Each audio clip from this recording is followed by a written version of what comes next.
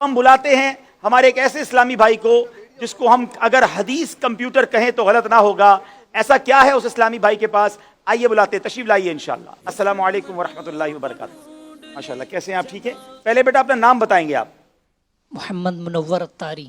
محمد منور اتاری آپ کا نام ہے. کون سے جامعۃ المدینہ کے کس درجے میں پڑھتے ہیں آپ؟ مرکزی جامعۃ المدینہ میں دورۃ الحدیث شریف کا طالب علم ہوں. آپ کو کتنی حدیثیں عربی متن کے ساتھ یاد ہیں؟ جن کتابوں سے گن چکا ہوں وہ تقریباً 2383 احادیث مبارکہ. 2383 حدیثیں, اور وہ بھی عربی متن کے ساتھ یاد ہیں. یعنی عربی میں نبی پاک کی مبارک زبان سے جو الفاظ نکلے وہ الفاظ ماشاءاللہ انہیں یاد ہیں. چونکہ یہ سلسلہ ذہنی آزمائش علم دین پر ہی مشتمل ہے, تو بتائیے علم کی فضیلت پر کوئی حدیث سنائیے. عن ابی درداء رضی اللہ تعالی عنہ قال من سلک طریقا یلتمس فیہ علما سہل اللہ له طریقا الی الجنہ وان الملائکۃ لتضع اجنحتها رضا لطالب العلم وَإِنَّ طَالِبَ الْعِلْمِ يَسْتَغْفِرُ لَهُ مَنْ فِي السَّمَاوَاتِ وَالْأَرْضِ حَتَّى الْحِيتَانِ فِي الْمَاءِ وَإِنَّ فَضْلَ الْعَالِمِ عَلَى الْعَابِدِ كَفَضْلِ الْقَمَرِ عَلَى سَائِرِ الْكَوَاكِبِ وَإِنَّ الْعُلَمَاءَ هُمْ وَرَثَةُ الْأَنْبِيَاءِ وَإِنَّ الْأَنْبِيَاءَ لَمْ يُوَرِّثُوا دِينَارًا وَلَا دِرْهَمًا إِنَّمَا وَرَّثُوا الْعِلْمَ فَمَنْ أَخَذَهُ أَخَذَ بِحَظٍّ وَافِرٍ أو كما قال علیہ السلام. رواہ ابن ماجہ فی سننہ. اب اس کا کچھ ترجمہ بھی سنا دیجئے.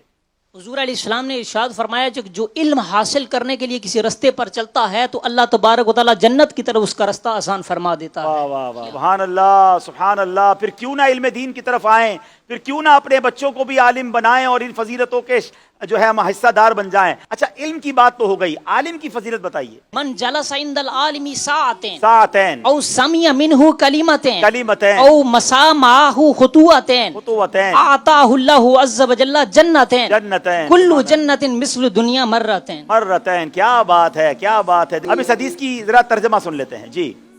حضور علیہ السلام نے ارشاد فرمایا کہ جو عالم کے پاس 2 گھڑی بیٹھتا ہے یا اس سے 2 کلمے سیکھتا ہے سنتا ہے یا پھر اس کے ساتھ 2 قدم چلتا ہے, اللہ تبارک و تعالیٰ اس کو 2 جنتیں عطا فرمائے. واہ واہ واہ. اور ہر جنت دنیا کی مثل دگنی ہے. سبحان اللہ. کیوں نہ پھر علماء کی صحبت اپنائیں, علماء کے خدمتگار بن جائیں. سبحان اللہ. اچھا, اولیاء کی فضیلت بھی کوئی سنا دیجیے, اس پر کوئی حدیث. ہریرہ رضی اللہ تعالی عنہ قال قال رسول اللہ صلی اللہ علیہ وسلم ان اللہ قال من عاد لی ولیا فقد آذنته بالحرب وما يتقرب الی عبدی بشیء احب الیہ مما افترضته الیہ ولا يزال عبدی يتقرب الی بالنوافل حتى احبه فاذا احببته كنت سمعه الذي يسمع به وبصره الذي يبصر به ويده التي يبطش بها ورجله التي يمشي بها ولا ان سألني لأوتينه واذا استعاذني لأعيذنه او كما قال علیہ السلام. رواه البخاری فی صحیح البخاری. حضور علیہ السلام نے ارشاد فرمایا کہ اللہ تبارک و تعالیٰ کو فرائض اور واجبات کے علاوہ کے سوا کوئی بھی چیز پسندیدہ نہیں, یہاں تک کہ نوافل کے ذریعے بندہ اللہ کا قرب حاصل کر لیتا ہے. اور اللہ تبارک و تعالیٰ فرماتا ہے کہ جب بندہ میرا قرب حاصل کر لیتا ہے تو میں اس کے کان بن جاتا ہوں جس سے وہ سنتا ہے, اور میں اس کی آنکھیں بن جاتا ہوں جس کے ساتھ وہ دیکھتا ہے, میں اس کے ہاتھ بن جاتا ہوں جس کے ساتھ وہ پکڑتا ہے, اور میں اس کے پاؤں بن جاتا ہوں جس کے ساتھ وہ جلتا ہے. اور جب وہ بندہ مجھ سے کسی چیز کے بارے میں سوال کرتا ہے تو میں اسے ضرور عطا فرماتا ہوں, اور کسی چیز کے بارے میں پناہ مانگتا ہے تو میں اسے ضرور پناہ عطا فرماتا ہوں. سبحان اللہ سبحان اللہ. کیوں نہ اولیاء سے پیار کریں اور ان کے تصرفات. سبحان اللہ. اچھا جناب, علم غیب مصطفیٰ پر کوئی حدیث سنائے نا. عن عمر بن الخطاب رضی اللہ تعالی عنہ قال قام فینا رسول اللہ صلی اللہ تعالی علیہ وسلم فاخبرنا عن بدء الخلق الى یوم القیامہ حتی دخل اہل الجنت منازلہم واہل النار منازلہم فحافظہ من حفظ ونسیہ من نسیہ. اب بتاؤ, جب نبی پاک کو سب پتا ہے, صحابہ کو سب بتایا, پھر ہم کیوں نہ کہیں کہ جو ہو چکا ہے, جو ہوگا حضور جانتے ہیں. حضور کی بات ہوئی ہے, کچھ مدینے کا ذکر بھی حدیث میں سنائے نا. عن کعب رضی اللہ تعالی عنہ قال ما من یوم یطلع الا نزل 70,000 من الملائکہ حتی یحفوا بقبر رسول اللہ صلی اللہ تعالی علیہ وسلم ویضربون باجنحتہم ویصلون علی رسول اللہ حتی اذا امسوا ارجوا هبط مثلهم وصنعوا مثل ذلك حتی اذا انشقت عنه الارض خرج في 70,000 من الملائکہ یزفونه. حضرت کعب احبار رضی اللہ تعالیٰ عنہ فرماتے ہیں کہ کوئی بھی دن ایسا نہیں ہوتا جبکہ 70,000 فرشتے حضور علیہ السلام کی قبر انور پر حاضری نہ دیتے. سبحان اللہ سبحان صبح کے اللہ. وقت 70,000 فرشتے حاضری دیتے ہیں. ان کا کام کیا ہے؟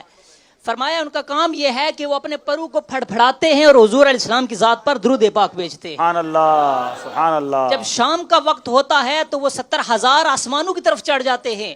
انہی کی مصر 70,000 اور آ جاتے ہیں اور ان کا بھی وہی کام ہے جو وہ والے 70,000 کرتے ہیں. اپنے پرو کو پھڑپھڑاتے ہیں اور حضور علیہ السلام کی ذات پر درود پاک بھیجتے ہیں. سبحان اللہ. یہاں تک کہ جب قیامت کا دن ہوگا تو حضور علیہ الصلوۃ والسلام 70,000 فرشتوں کی معیت میں ہوں گے اور محبوب کو محبوب کی طرف لے کے جا رہے ہیں. واہ واہ واہ. حیات الانبیاء پر کوئی حدیث سنائیں. قال رسول اللہ صلی اللہ تعالی علیہ وسلم اکثر الصلاۃ علی یوم الجمعہ فإنه يوم مشهود تشهد الملائكة وليس من عبد يصلي علي إلا بلغني صوته حيث كان.